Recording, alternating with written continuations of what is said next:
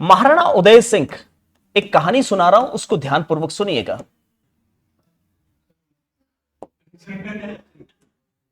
महाराणा उदय सिंह की पहली पत्नी जयवंताबाई, जीवत कंवर, उनके पुत्र कौन है? महाराणा प्रताप। दूसरी रानी उनकी धीरबाई, भाटी कुल से थे इसलिए पटियाणी रानी कहते हैं। पुत्र है जगमाल, देवड़ा नहीं है। उदय सिंह चाहते थे कि उनके बाद उनका चहेता बेटा जगमाल गद्दी पर बैठे, न कि प्रताप। तीसरी रानी, नाम तो नहीं पता इतिहास को, लेकिन सोलंकी कुल से थी इसलिए रानी सोलंकी नहीं, पुत्र थे शक्ति। लोग अक्सर कहते हैं कि शक्ति सिंह गद्दार थे और मुगलों से मिले हुए थे। वास्तव में थे या नहीं थे, यह तो तय हम करेंगे। सुनो पूरी कहानी, हुआ क्या था और मैटर क्या था। महाराणा उदय सिंह एक बहुत अच्छे तलवारबाज थे, यह बात मैंने आपको पहले भी बताई थी। एक बार एक तलवारें बेचने वाला, शमशीरें बेचने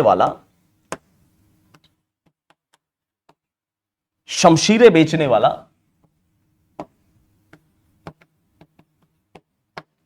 चित्तौड़ किले में आया। शमशीर समझते हो?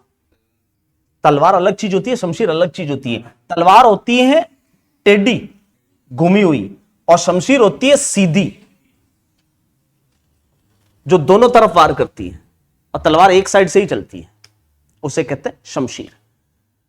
शमशीर पहले अफगानिस्तान से आती थी। अफगानी व्यापारी था वो, अफगानी भाषा में, पश्तो भाषा में बोल रहा था और कह रहा था, मेवाड़ की शाह महाराणा उदय सिंह को इस अफगानी व्यापारी का आदाब। जनाब, अगर इस शमशीर को कोई छोटी सी बच्ची भी हाथ में ले लेती तो हरे से हरा दरख्त काट लेती, माशाअल्लाह इंशाअल्लाह। ये अफगानी फौलाद से बनी है शमशीर। देखो, शमशीरें बेचने के लिए आया तो वो सब्जी वाले को थोड़ी बेचेगा, वो तो राजा को ही बेचेगा ना, क्योंकि उससे तो इंसान कटते हैं। महाराणा उदय सिंह, आप जानते हो, तलवारबाज थे, और उन्होंने उस शमशीर की तरफ कपड़ा फेंका और उस कपड़े के दो टुकड़े हो गए। और वो कपड़ा जो दो टुकड़े हुए, महाराणा उदय सिंह को वो शमशीर इतनी पसंद आई। आजकल की तलवारें कहां होती हैं, आगे से मारो पीछे से मारो एक जैसी लगती है। बकरे को मारो वापस उठ के घास खाएगा, पहले होती थी तलवारें। महाराणा उदय सिंह को वो शमशीर इतनी पसंद आई कि उस अफगानी व्यापारी को कहा, तू ऑर्डर लिख बस फटाफट और इतनी भिजवा देना, क्योंकि राजा है, हथियार तो खरीदेगा। जी वो ऑर्डर लिख रहा था, व्यापारी शक्ता खड़े हुए, शक्ता, और शक्ता ने वो तलवार लेकर, शमशीर लेकर सीधा मेवाड़ के कुल पुरोहित की गर्दन पर लगा दी। और शक्ता ने कहा कि दाता हुक्म, शमशीरें जो हैं, ये कपड़े फेंकने से इसका टेस्ट नहीं होता, ये तो किसी की गर्दन पर पड़े तभी इसका एहसास हो सकता है। मतलब इसका साफ है कि शक्ता उस कुल पुरोहित से नफरत करता है, तभी तो उसकी गर्दन पर लगाई। अब शक्ता नफरत क्यों करता है, कारण सुनिए।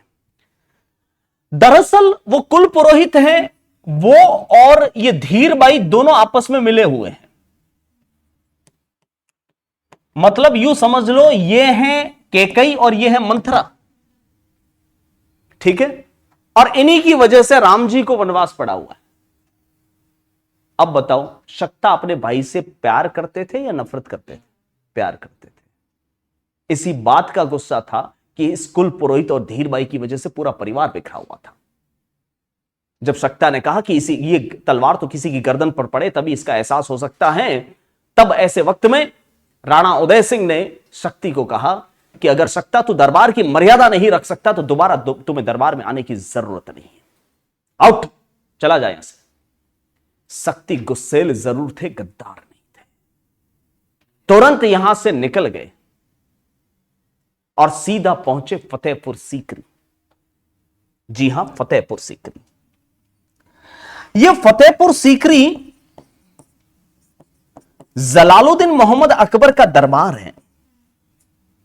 यहां एक मुगल बादशाह 17 साल का नौजवान अकबर जलालुद्दीन बैठा हुआ है। शक्ति जब मुगल दरबार में गए तो इस बात को मुगल इतिहासकार अब्दुल कादिर बदायूनी ने अपनी पुस्तक मुंतखब तवारीख में लिखा कि शक्ति फतेहपुर सीकरी आए थे, लेकिन यह किसी ने नहीं बताया कि क्यों आए थे। यह बात अबुल फजल ने लिखी है, जो मैं आपको सुना रहा हूं। बस मिसअंडरस्टैंडिंग, गलतफहमी कैसे पैदा होती है, इसका एक नमूना देखना आप। बदायूनी ने लिखा कि शक्ति फतेहपुर सीकरी आया था, लेकिन क्यों आया था यह बात फजल ने लिखी है। दोनों बातों को मिक्स किया जाएगा तब शक्ति पता चलेगा आपको। जब शक्ति वहां पहुंचे अपने मामा से मिलने के लिए, अखेराज सोनगरा के बेटे अकबर के अधीन थे और राणा प्रताप के मामा को शक्ति अपना मामा समझता था, उनसे मिलने के लिए गए थे ताकि वो समझाएं किसको, प्रताप को, कि वह अपना अधिकार अपने पिता से हासिल करे। समझे कुछ बात को, इसलिए शक्ति गए थे। जब शक्ति को वहां पर आता हुआ देखा, जलालुद्दीन अकबर काफी खुश हुआ। क्यों? क्योंकि जलालुद्दीन अकबर भी फंसा हुआ है, उसके भी घर में औरतों का राज है। आपने सुना होगा महामनगा, जीजी अनगा और अत का खेल, और उसके दो बदमाश छिछोरे छोरे अदम खान और असफ खान, ये अपनी मनमर्जियां करते हैं। अकबर को कोई नहीं गांटता, अकबर को कोई पूछता तक नहीं है, नाम मात्र का बादशाह है। अब जलालुद्दीन अकबर स्वयं चाह रहा है कि वो हिंदुस्तान में हुकूमत खुद करें और साबित करें कि असल में बादशाह वही है। शक्ति को अपनी तरफ आता देख जलालुद्दीन मोहम्मद अकबर ने कहा कि तुम्हारे अपमान का बदला जलालुद्दीन लेगा, मेरे साथ आ जाओ, हम दोनों मिलकर चित्तौड़ पर हमला करेंगे। फजल ने लिखा है, शक्ति ने भरे दरबार में तलवार निकालकर जलालुद्दीन अकबर को कहा था कि मेरे पिता से मेरा बली बैर है, मेरा परिवार बिखरा हुआ है, इसका मतलब यह नहीं होता कि कोई भी एरा गेरा मेवाड़ से टक्कर लेगा। चित्तौड़ पर हमला करने से पहले जलालुद्दीन तुझे मेरी तलवार से टकराना होगा। और इतना कहकर शक्ति वापस उदयपुर आए थे, चित्तौड़ आए थे, और चित्तौड़ आकर महाराणा उदय सिंह से कहा कि पिताजी, जलालुद्दीन अकबर चित्तौड़ पर हमला करने की तैयारियां कर रहा है, आप तैयारी कीजिए। नहीं तो सोचिए कि अकबर के चित्तौड़ पर हमले की सूचना महाराणा उदय सिंह को किसने दी। लेकिन उदय सिंह ने फिर से शक्ति को लताड़ दिया कि दोबारा तुझे यहां आने की जरूरत क्या थी। इस बार शक्ति चले गए, वापस लौट के कभी नहीं आए। लोगों ने समझा वो मुगलों से मिले हुए थे, वो गुस्सैल जरूर थे लेकिन गद्दार नहीं।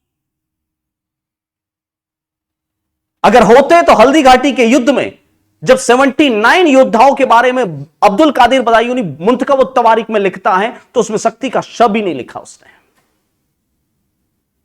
महाराणा प्रताप के विरुद्ध हल्दी घाटी युद्ध में वो मुगलों के साथ नहीं थे, ऐसा कहीं नहीं लिखा हुआ है। फिर गद्दार कैसे हुए? गलत प्रेजेंट किया जाता है हर चीज को।